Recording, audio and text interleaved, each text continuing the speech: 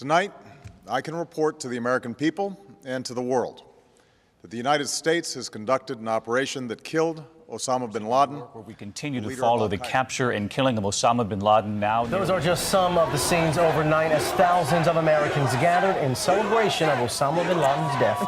Former Navy SEAL Rob O'Neill says he has thought about the mission every day since that May Day in 2011. From multiple conversations you had with Rob O'Neill over the past year and a half, how'd you get access? And you described that his head kind of exploded when you hit him. I actually hit him 3 times because I shot him twice when he was standing and once on the ground. That is the fucking American badass right there. Go, go, go. We are not going for fame, and we are not going for bravado. We are going for the single mom who dropped her kids off at elementary school on a Tuesday morning, and then 45 minutes later she jumped to her death out of a skyscraper. If you need help, hang up and then dial your operator. I'm Rob O'Neill, and this is the Operator Podcast.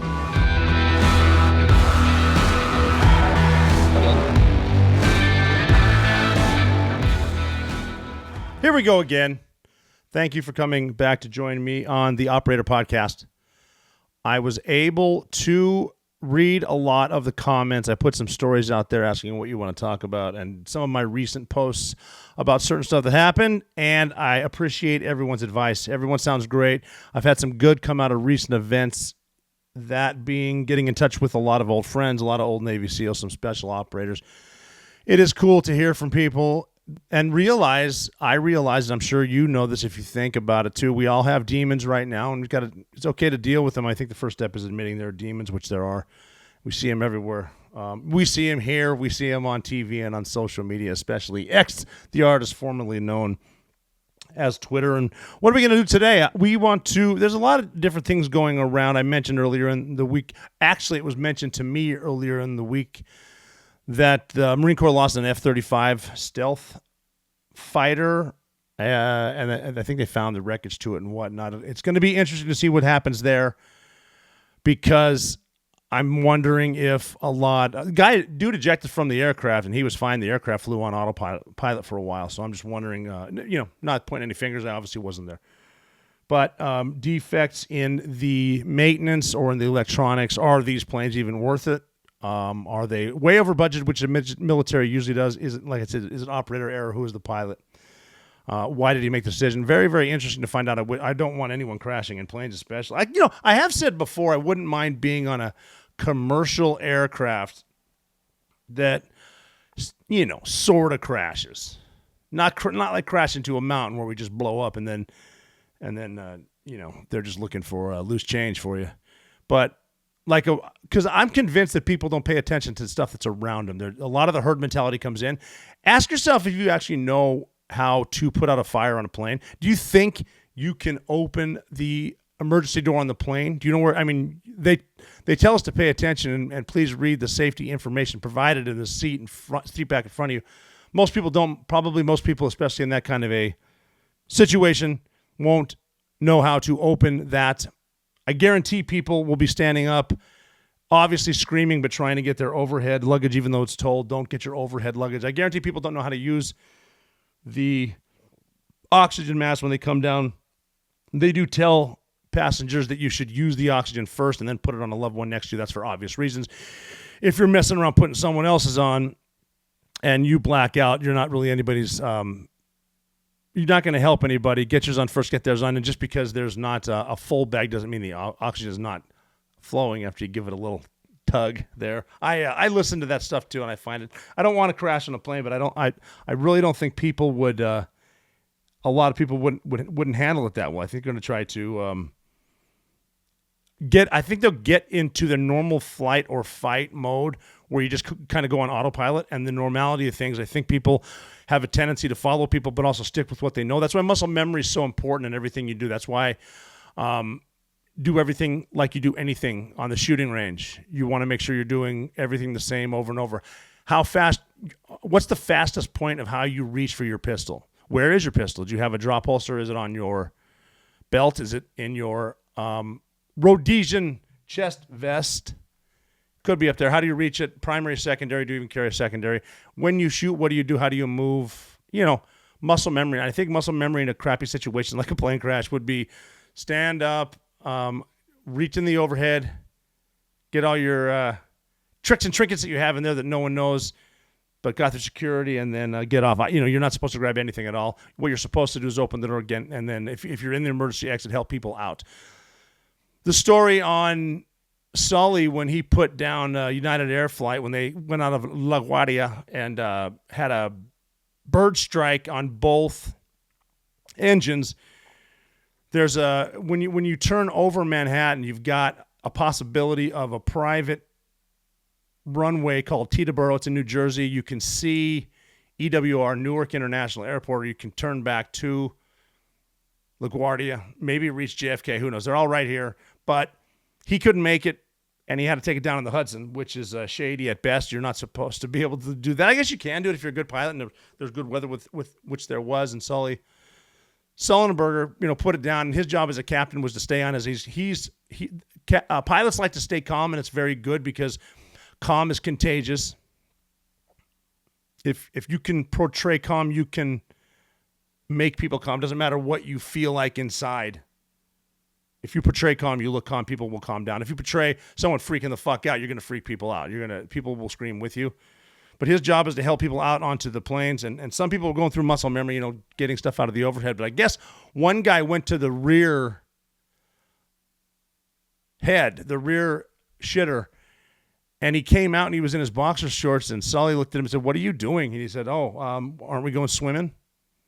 So the guy in his mind thought he was going swimming, so he had to get down to something to swim in, even though it was like January in the Hudson. It's going to be cold, but that's the fight or flight mode that some people get into. That's why you want to be good at everything. That's like playing basketball. You want to have your routine for free throws the same every time because it's different to shoot free throws in an empty gym than it is with a crowd around you, especially in Serbia, apparently. You should see those Serbian games get nuts, man. It's like they let the soccer hooligans in and they just didn't stop jumping around. But yeah, that's the airplane type stuff that we're talking about, how you're going to respond to certain things. Where's the fire hydrant in your house? Make sure you know where it is. Make sure your kids know where it is and stuff like that. And Then we need to discuss today. I'm trying to be in a much better mood than I am. Again, I would like some solutions to a lot of things because I was reading about the debt today because we're starting to get into numbers that we're spending so much money, and by we, I mean the government. The government thinks that the way that they can handle debt is to keep raising taxes, and the way that they keep not the best informed voters to keep voting for Democrats is saying, well, they're just tax cuts for the wealthy, which the wealthy are paying the highest percentage of they're paying the most taxes, the income tax anyway. Everywhere you go, you're paying taxes. Everywhere when you buy gas, you're paying taxes. Your groceries are taxed. There's tax on the gas that in the trucks that bring you all the stuff. So everything's taxed, but the government's answer is just to keep raising the debt season. And this is the time of year when we start hearing about a government shutdown, and they all blame each other for the government shutdown. And we got to get up because right now the debt is over $33 trillion. It went over that, I think, Monday of this year. And we just say trillion like it's nothing. We say billion like it's nothing. We send billions to Ukraine to fight whatever's going on over there, which we definitely need to get into that. But just to put the numbers in perspective, and I've done this before, if you were counting, to give you an idea of how much counting is, how big these numbers are, if you were counting one number every second uninterrupted, without breaks for sleep, without breaks for eating, or just living your life, it would take you 11 days, 13 hours, 46 minutes, and 40 seconds to count to 1 million. So it's 11 days of your life. $1 million. It's a lot. A lot of days to count it. If you were counting one number per second, again, without breaks, no sleeping, no eating, it would take you 31 years, 251 days, 6 hours, 50 minutes, and 46 seconds to get to 1 billion. So that's 31 years, bro. How old are you now? How much is that life of yours to count to 1 billion? And it's nothing for us to say, hey, another 50 billion to Ukraine or 6 billion to Iran for 5 hostages. Let's get into that bad boy in a second, too. And because trillion is the new 40, whatever they say, in order to count, if you take those the numbers I gave you for $1 billion and multiply it by 1,000 because they're clever. They go like that, I guess, right? It takes 11.57 days to count to 1 million. Multiply that by 1,000 to get to $1 billion. That will take you 31,007 years. Multiply that by 1,000, you got $1 trillion. That's how long it takes. We're just going to call counting to a trillion by yourself, doing it a second at a time, it would take you 31,700 years. So that's a lot. 31,700 years to count to $1 trillion. That's the kind of money that we're throwing around because money is basically, they're treating it like it's nothing. Print, spend. And that's what we're doing. And we're teetering on the brink of an economic meltdown that's threatening to wash away your savings and retirement. Inflation has surged to levels unseen in 40 years. Prices are spiraling out of control. Our money buys less and less, and Americans are incurring more debt just to stay afloat. You budget your expenses carefully, but each trip to the grocery store feels like a wallet-pinching experience. Gasoline prices are spiking. That's going to spike how much your food costs, how much your electricity costs. Your monthly bills are escalating. That's what inflation is, the silent evil force that eats away at your wallet, and it takes away your purchasing power, even though politicians will tell you different. Basic necessities are now unattainable luxuries. And when prices spiral out of control, they not only disrupt your ability to live day to day, they jeopardize your savings and your retirement. Know this: as your living expenses, all of them, rise higher than the income that your retirement savings can create, you will eventually run out of money. That's 101.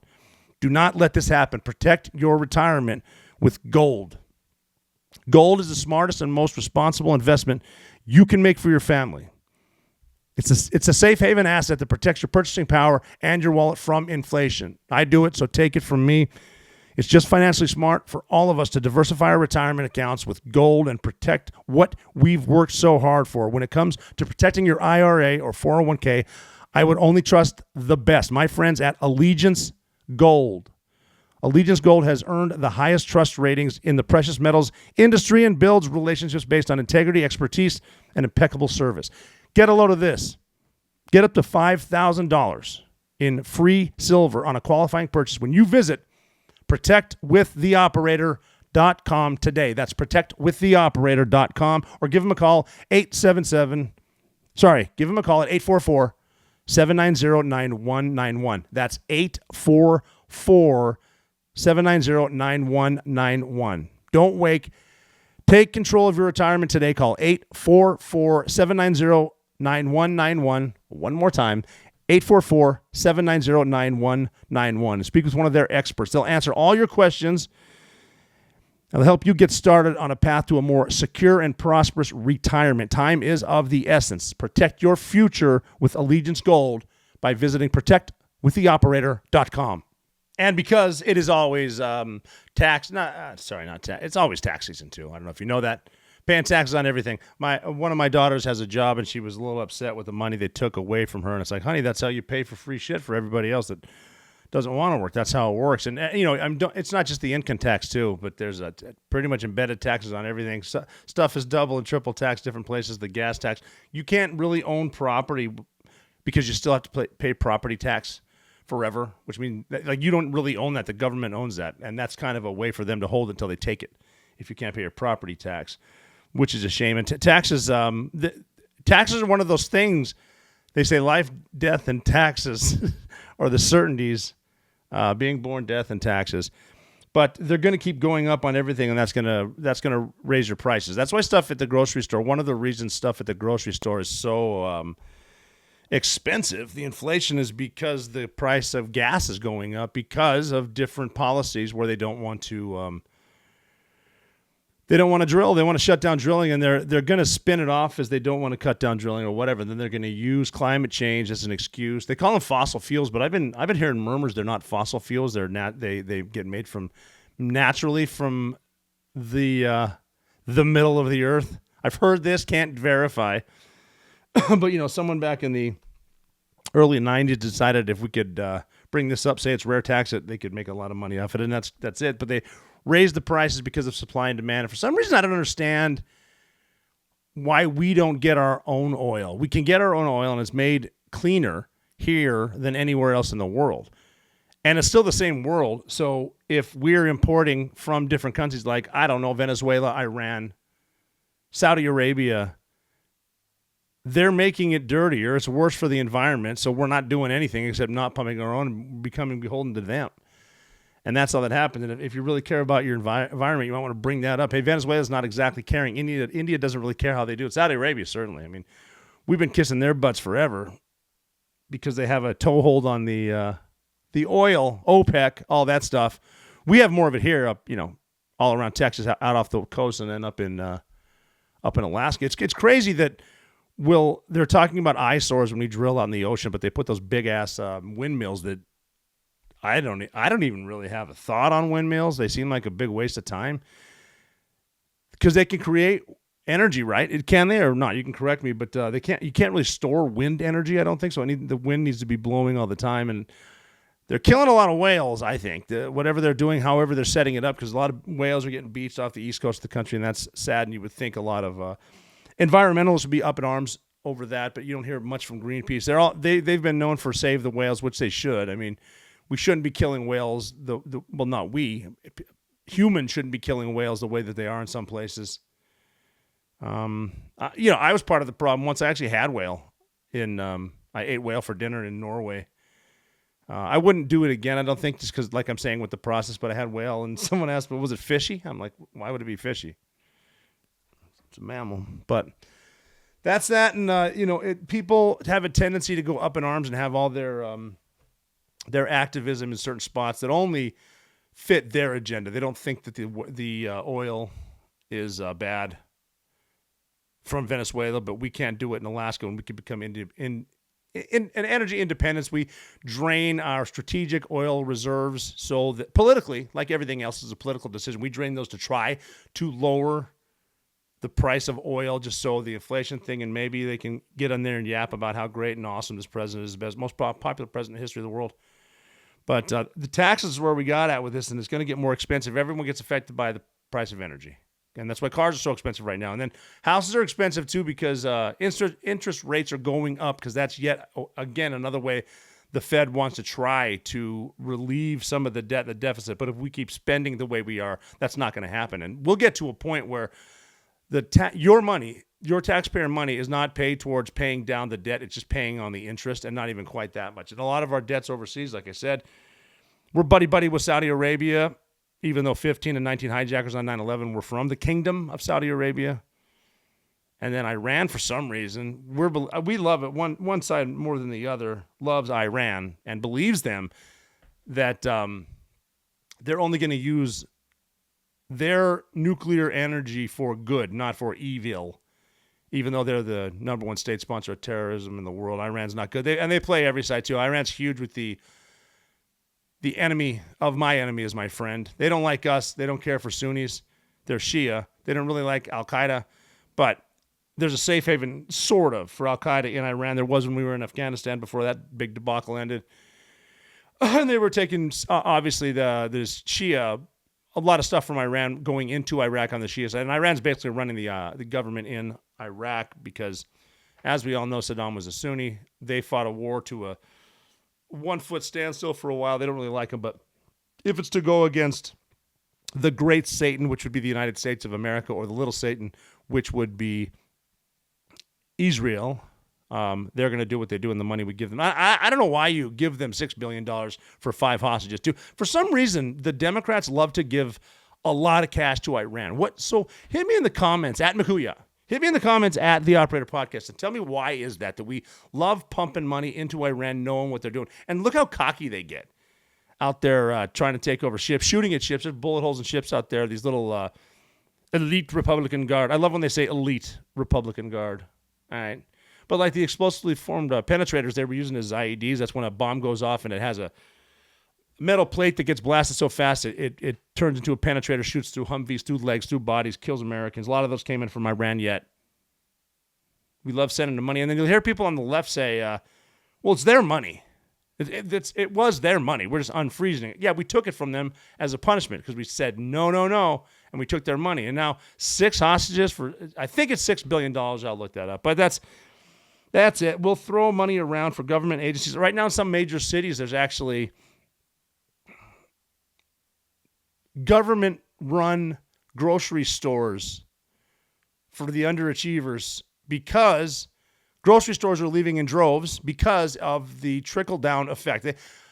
People don't like to agree the trickle-down effect doesn't work. They say in capitalism the trickle-down effect doesn't work.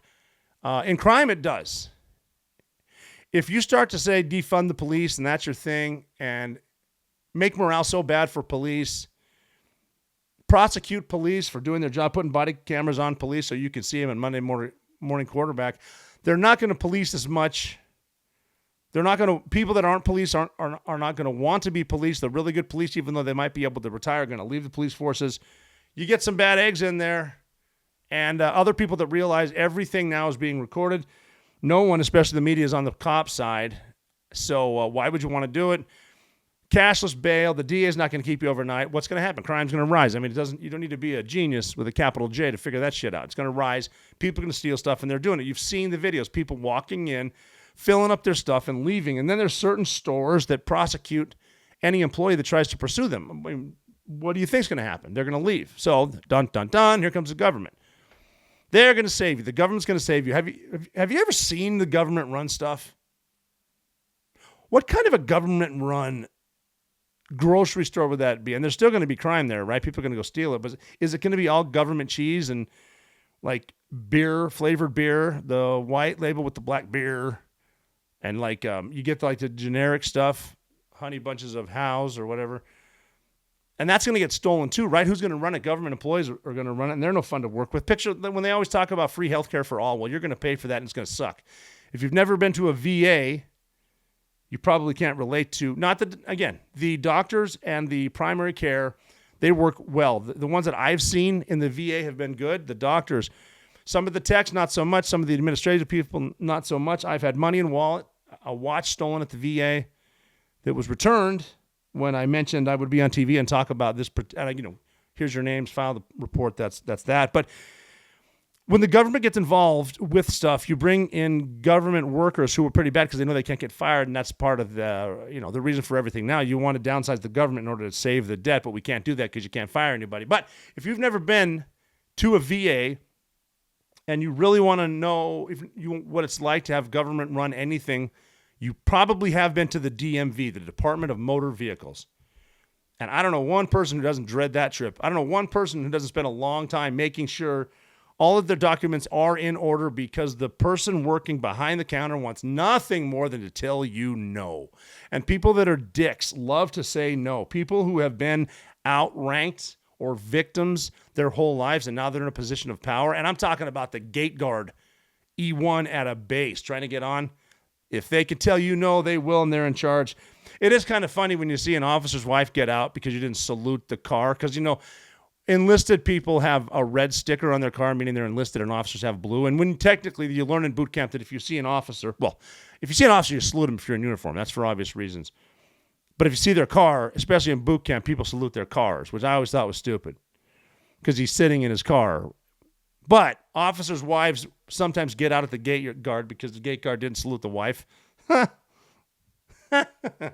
Hey, honey, just because you're fucking an officer doesn't make you an officer. Just because you're a frog hog doesn't make you a Navy SEAL. But whatever. They will say no, and that's what we're getting with as far as government-run grocery stores because we're running out of stuff to put there because the capitalist part of it isn't going to work because the defund the police, Democrat idea, even though they'll say that was never idea, then you play them the outtakes of them literally saying defund the police. And no, that wasn't us. It's a mostly peaceful protest as the building's burning down behind you because the good news is they can say anything they want on TV and politicians can say whatever they want to because the media owns them or they own the media. Here's your talking points for the day. You'll notice a lot of similarities between different newscasts. A lot of stuff to keep people under their control. The taxes are going to get worse, too. We're seeing it now. If you watch a lot of the news places are based out of New York City. And so they report on a lot of the local stuff. And they're reporting in New York that you got to be able to look into the future. What they're doing because of the shitty policies of this administration, everyone from everywhere is coming across here because they know they're going to get free stuff. Almost to the point where now up in the Northeast, they're saying, well, maybe we can just you can open your house for some migrants. First of all, I hate they're calling them migrants. Let's go ahead and call them invaders. Because if you see a group of military-aged men walking across an open border, don't tell me the border's open. Don't tell me you're enforcing Trump's policies, because you're not. Everyone around the world knows they can get here, and not everyone is getting here for the right reason. So a lot of these people are getting bused in New York, and now it's like New York, Mayor Adams is yelling at Governor Abbott in Texas, saying that that's so racist that they're sending buses of migrants, invaders up to New York, and now the streets are covered in a lot of these migrants, and they don't know what to do. I mean, they're at the point right now at the border where parents are shoving their kids under razor wire so the Border Patrol will come over and cut them out of the razor wire.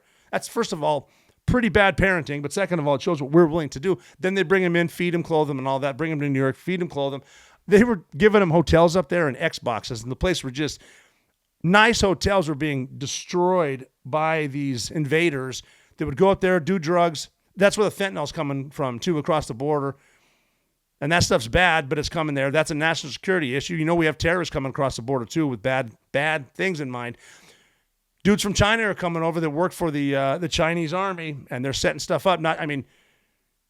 When China invades Iran, it's going to be pretty good for them to have some sleeper cells here just to know where to hit, because if you can hit people there that might be trying to fight over and defend Taiwan, even though I'm not sure we will with this administration, if people over here are getting attacked, my mind wouldn't be on fighting there. It'd be on getting home, because now they're in the homeland. We used to have the advantage of the two oceans, one on each side. There's the Atlantic and then that other Pacific Ocean. But now we let people in across the border.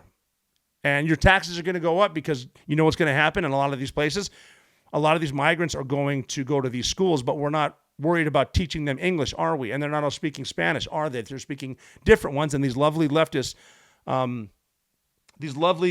policies, well, just bring a translator for each student that needs it. So let's just teach them in every language they come in here with it. So they're coming in here. I know that a lot of people just love vaccines, not just COVID, but all vaccines. They're coming without them. Who knows what kind of good stuff they can bring in with them. Classes are very, very crowded. And all these low-income people that don't speak the language, who knows what kind of incidents can happen there. A lot of people coming over are not the best people. There could be fights there. It's going to crush education.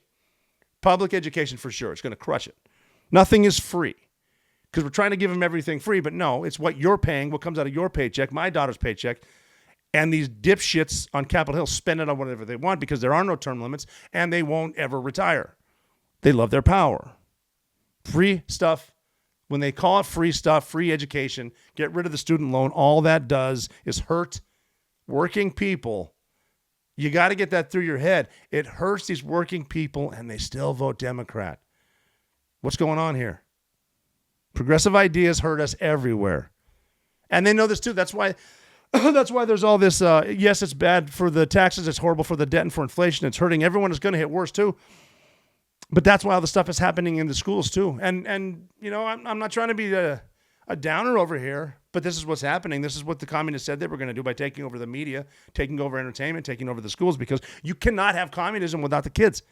Indoctrinate them. When you got them, they're going to grow up to be communists because it sounds great, and they don't realize they're the useful idiots until communism has finally taken over. It's never worked before, and it won't work again. But for some reason, a lot of these politicians, they're just in it for the communists. That's why the teachers are in. Keeping the kids confused and keeping the kids scared is a way to do it. Net zero by then. The sky, the places is burned. The places is burning. The places are burning. The planet's on fire. If you can keep the kids sexually confused and scared, you're going to be owning them. Scare them with climate change. It works. It's communism 101. Even listening to people, I might have brought this up last week when I was talking to Tage, it makes sense to some people. I brought up what Rob Reiner said about the election, okay, because they always say to defend democracy. We need to defend democracy. So in order to defend democracy, Trump needs to be in jail, we need to vote for Biden, and there needs to be no third candidate. Now look at fascism. We're not going to save democracy by installing fascism. And they know, too, it's not like they're in love with Joe Biden. There's rumblings right now because, I mean, I would love to see a Trump-Biden debate now, especially in a year. I mean, that's going to be – I mean, I already feel sorry for Joe Biden because I don't think he can put a sentence together, and he's not going to be able to read any cards. The media is going to – well, they're trying to save face, too, because I think the media is so far into it that it doesn't really matter which Democrat gets involved. The system that's in behind it, a lot of the attorneys and a lot of the government agencies are behind it, so they'll be able to still have the whatever puppet they put in there to sign the executive orders that'll get rid of everything that works for the country so that we can become communists. I mean, and like I said, there are people that just go down the list, down the list voting for D's, and that's all they've done because that's all they know. But the thing that's working now is people won't vote differently until they experience it themselves. There have got to be people in some of these tent cities that realize the Democratic policies are not working. You got to realize being nice and handing out clean places to shoot up doesn't take the shit off the streets that's on there. People pooping in the streets. It's not good. Next week, food stamps are going to cost $250 billion.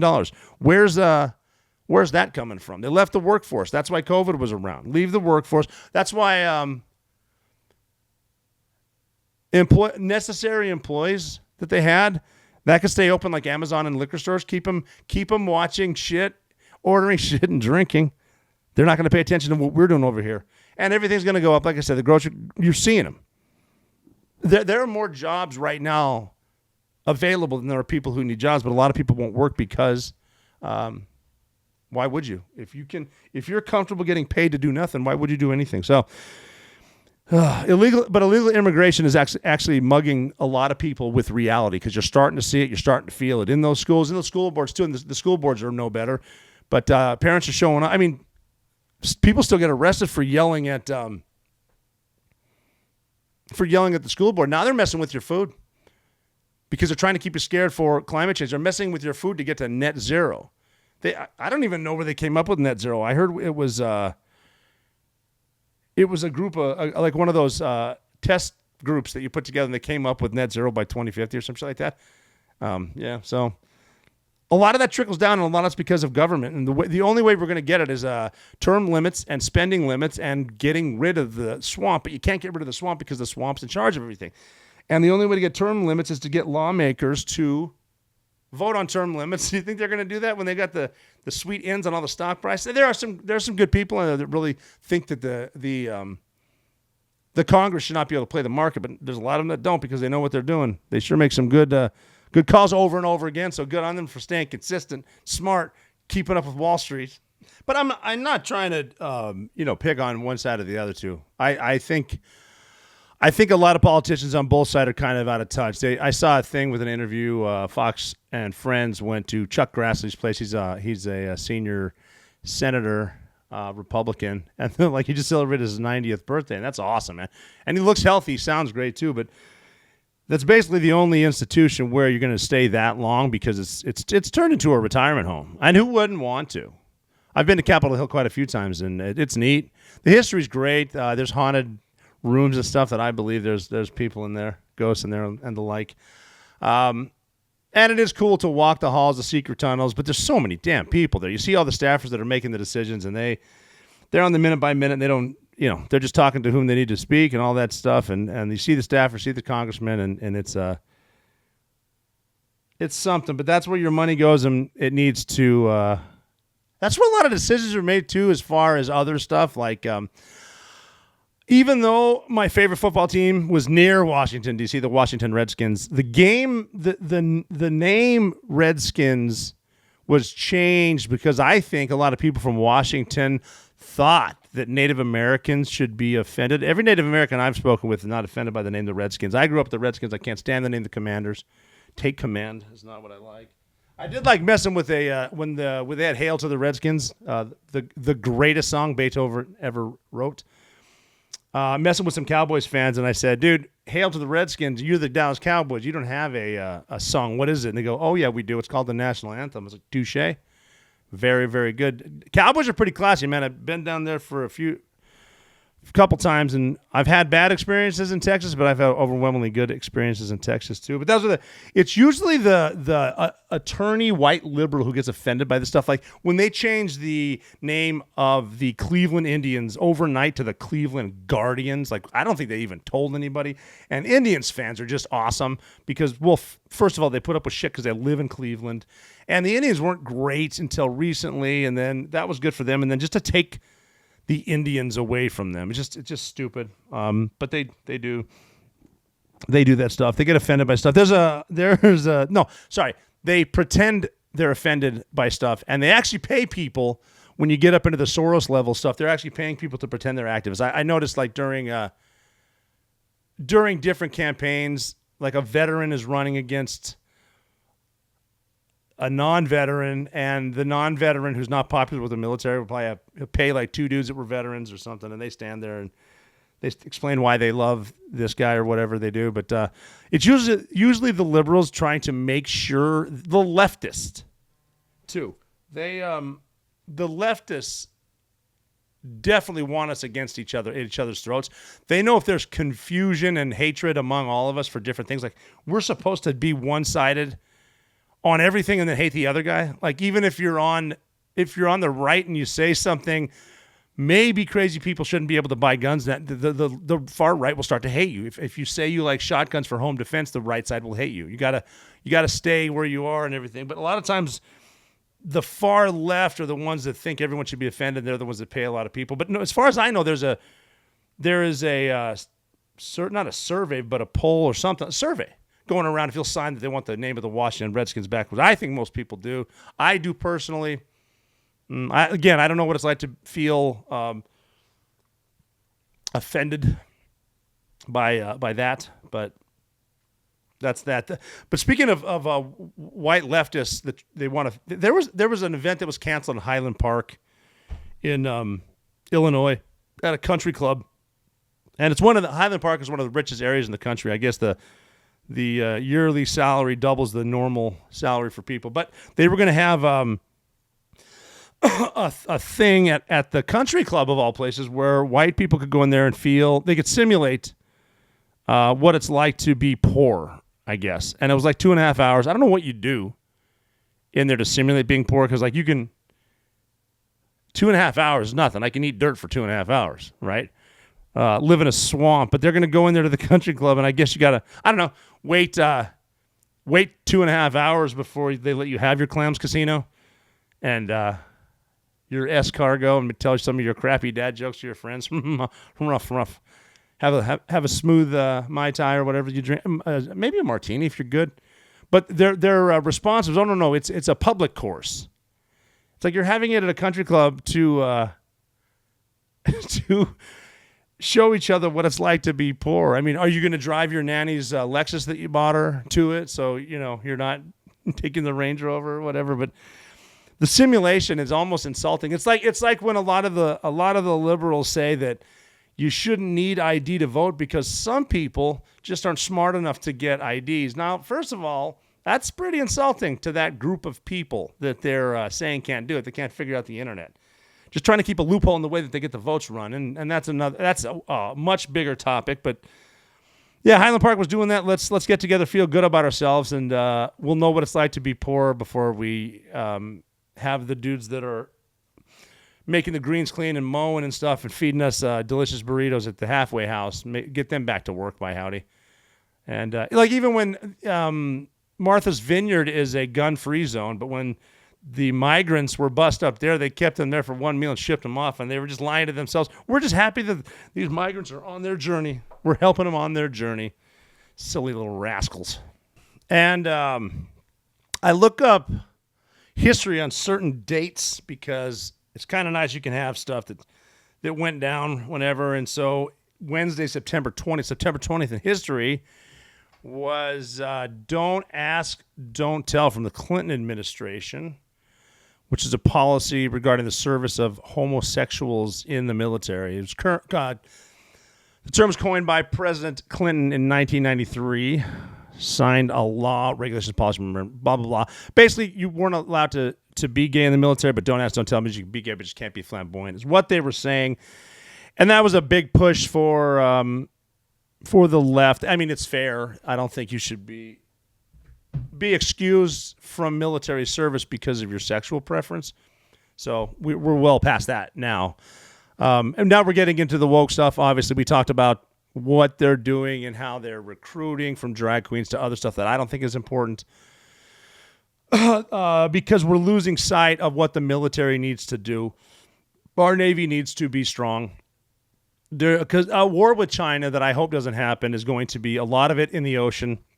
They've got advanced technologies that can shoot down carrier groups, which is scary.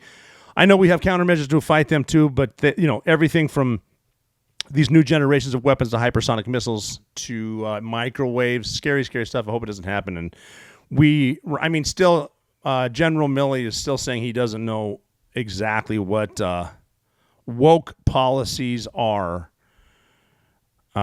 He's not even sure what the word truly means. I mean, it's not that difficult. Woke is when you're wasting resources and stuff that doesn't need to. They're pissed still right now. There's argues about the budget because some on the right don't think the military should be paying for flights and lodging and meals for a woman to fly to a different state where she can get an abortion. The military shouldn't be funding that. Healthcare obviously should be funded by the military. I think that's a little out of line. You just happen to live in a state where the Supreme Court gave the call back to the states, which is the way it works, and that's just tough. I don't think that the taxpayer should be paying for your abortion. Also, I don't think the taxpayer should be paying for your transition to another gender. That also, General Milley, is wokeism. Trying to pay for that stuff is wokeism because it's not something the military needs to be spending on. With the amount of money we spend on useless things, that's one of them too. Again, I'm not saying you shouldn't transition. I'm just saying I don't think it should be a priority for the military, and it shouldn't be paid for by the taxpayers. Either one. And it's just, the Supreme Court read the Supreme Court that way and gave it to the states, which they should. But the military is big into that. And I saw it too before I was leaving. All kinds of, they got a bulletin board with the plan of the day there's a certain amount in every place from a hospital to a military base to a ship that needs to have stuff posted. Commander's comments, stuff like that, what his vision is for the command and all this stuff too. And it talks about, how to act in an office, how to not sexually assault, which is good. I mean, for me too, that just kind of seems normal, but I know there's not normal people out there, but you shouldn't be assaulting people or unnecessary advances to people. Yeah, there's frolicking in the military, but I mean, if you do it with consensual actions, then there's that. But obviously, I mean, you start getting people this close together, bad stuff happens, and we're at an age where an accusation is all you need to get someone screwed. But, people need to be smart about being stupid too. I mean, if you follow, it's the same thing with telling the truth. If you tell the truth, you don't need to remember a lie. It should be pretty simple. That's how I roll too. And, call me crazy, but if the opposite sex says no, it doesn't mean maybe. It says no. Should be pretty easy. No. Okay, well, the offer stands. I'll just put it away. But, that's where we're at. Don't ask, don't tell there. It's a good thing. I personally, too, I like to try to keep it simple. Like when they said, well, how do you take down houses that big? Well, if the guy in front of me goes right, I go left. We keep doing that over and over. Master the basics. You can be good at it, know what the truth is. Shouldn't be wrong. Well, I mean, we're at a point now where we get prosecuted for telling the truth. There's a thing in Virginia Beach now. I don't know which council it was, but our Armed Forces Brewing Company opened a brewery in Norfolk, Virginia, in the Ghent part. And the CEO, Alan Beal of Armed Forces Brewing Company, went down there to try to get a letter of recommendation from the something Norfolk Civics Bureau. I don't know what it was. It's a group of people that sit around and they're in charge of civics. But I don't think they know what the definition of civics is per se. But they gave us a non-recommendation letter because they don't like us because they don't like our values. And our values, apparently, allegedly, I wasn't there. I think they're kind of dumb. But they said our values because I tweeted out one time that I won't work with pedophiles. I thought that was a pretty safe stance to take, regardless of which side you're on. I don't want to work with pedophiles that are not welcome around me, okay? That's it. I don't approve of adults sexually assaulting and raping kids. That's just me. It's not just me. It should be all of us, damn it. But they didn't like that because they said just the way the left will spin stuff. Oh, I'm calling all drag queens and homosexuals a pedophile. Not even close to what I said. I said I don't want to work with pedophiles. I also don't want their certificate of endorsement. I don't think people that think kitty diddlers are okay, I want to work with. I don't want to work with those clowns. But anyway, so that's some news down there in Virginia. I am going to travel. I traveled quite a bit last week. I gave a couple speeches in, I went down to Illinois. I did one in Ohio. Been having a lot of fun there. I love getting out and meeting America because crazy as it sounds, most people are good. Most people agree. Most people, when we see the ridiculous stuff that the mainstream media tells us is normal, and we know damn well it's not normal when they tell us something is true, even though it's not, we all know what's true. We all know it's odd when a presidential election has more voters than we have registered voters. I mean, don't say that out loud because you're the problem.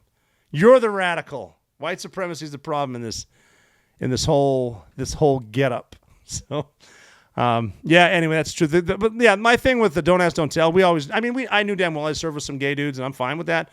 I don't care what you are, as long as you can carry me if I'm shot. As long as if my guys get shot, if you can help me carry them out, get them back to their family. That's all I care about. They're making way too many emotional and personal and sexual decisions in the military when they shouldn't. And stop playing dumb if you're a 4-star admiral. Just tell the truth. What are they going to do? Not give you your 5th star? Well, you might not get that job with Lockheed Martin or whatever company is getting funded by the big dogs, the BlackRocks and Vanguard and stuff like that, because they're making sure you're woke. I don't know what their gig is too. At the end of the day, it's got to be power. But the good news is I really do, along with going around the country, talking to so many people, seeing all the good people. I'm talking like in the heartland, like kids who look you in the eye and take their hats off when they shake your hand. That's good stuff. They're still out there. There's still good parenting out there, but we always need good parenting. It is nice to see. I'm going to travel this week. Not going to tell you where. It's going to be a surprise, but I'll get some videos out there to you. It's different traveling now than it was in the military, though. I do like it. I get to see people in their natural environment, which is transit, airports, cabs, Ubers, public transportation. I sometimes like public transportation, getting around in trains and stuff, especially in Europe. That's how they roll. New York's good for trains, too. I haven't really taken a long train trip across the country. For some reason, I want to. It's like, let's take a train, Jessica. And she's like, yeah, who's going to be your wife when you do all this train travel? And I'm like, well, that wasn't very nice. But I kind of want to see it. I like the idea. Not a big bus guy. I mean, whenever someone else is driving, that's fine because you can read your book, play on your computer, do what you do. But their buses are, whatnot. And then flying's fine. I fly all the time. I'm getting ready to fly, like I said, right now. Another one that I like is ferries. Ferries everywhere. I don't know if I mentioned this before, but someone said to my wife Jessica one time, yeah, this because she had a friend's father died of a heart attack on the water, and she, trying to make conversation, said, well, at least he died doing what he loves, and I guess the wife said, commuting? Oh, my bad. But ferries in Europe, I have a good ferry story in Europe. We used to go over, before 9/11, we were doing all kinds of traveling, the global war on tourism. And SEAL Team 2 was generally Europe. So we got to go around Europe quite a bit. And it was fun doing joint exercises with different countries, seeing their culture go. I had a blast on Lithuania. Talked about that. My sister platoon went to Estonia and Latvia.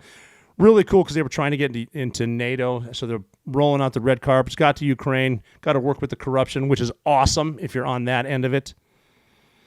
Worked a lot with the Special Boat Service. I got to tell some Special Boat Service stories. I got to get some of my guys on here to interview too because they're just great dudes, hilarious dudes. A lot of good humor in the military, and each branch, each type of Special Forces, each unit has their own brand. It's always good to get it mixed in with that. And it was cool to have a coalition, obviously the NATO coalition, when we had to go to Afghanistan to see some of those guys.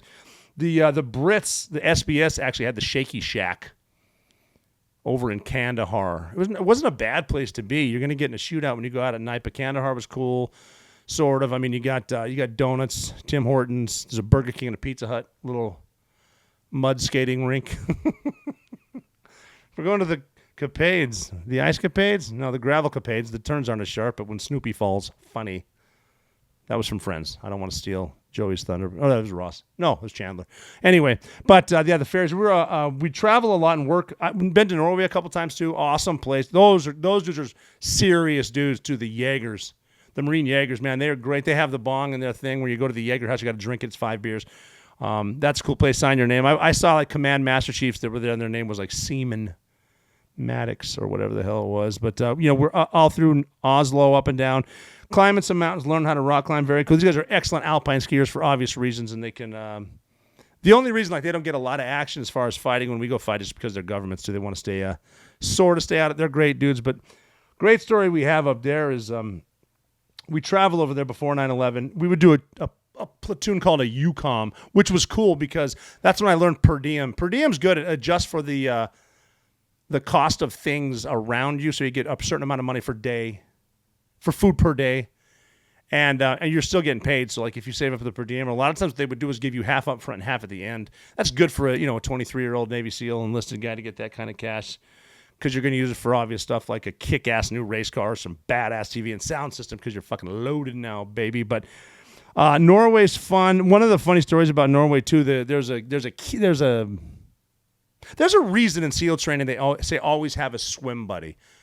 Always do that too. It's not good to go off by yourself. I've learned that recently. Have a swim buddy with you to make sure shit doesn't go sideways. Have a swim buddy. It's instilled in us, and you should always do that. We had a dude, I want to say it was near Kristiansand,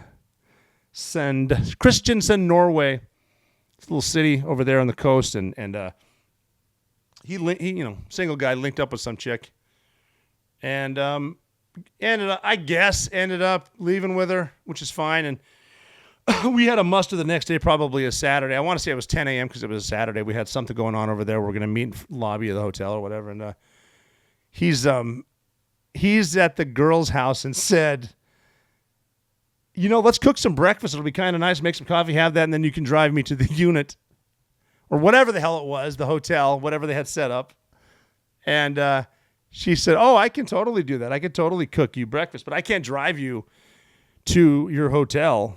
I can totally cook breakfast. I can't. She's like, why can't you drive me? He's like, whoa, because you're not in Norway anymore. You are in Denmark. And Denmark is a different country. So what that told me is he got a little liquored up. She wanted to go home and took him across that sea over to whatever city's on the coast there. And he had a nice breakfast, got in a little bit of trouble. You got to own that one. You got to kind of say what happened. Hopefully your platoon chief and your officer in charge don't get too pissy with you. But try to mind your bearings. Keep your situational awareness. You got to look both ways across the sea when you're taking a ferry. Always keep your swim buddy next to you. And you're never out of the fight.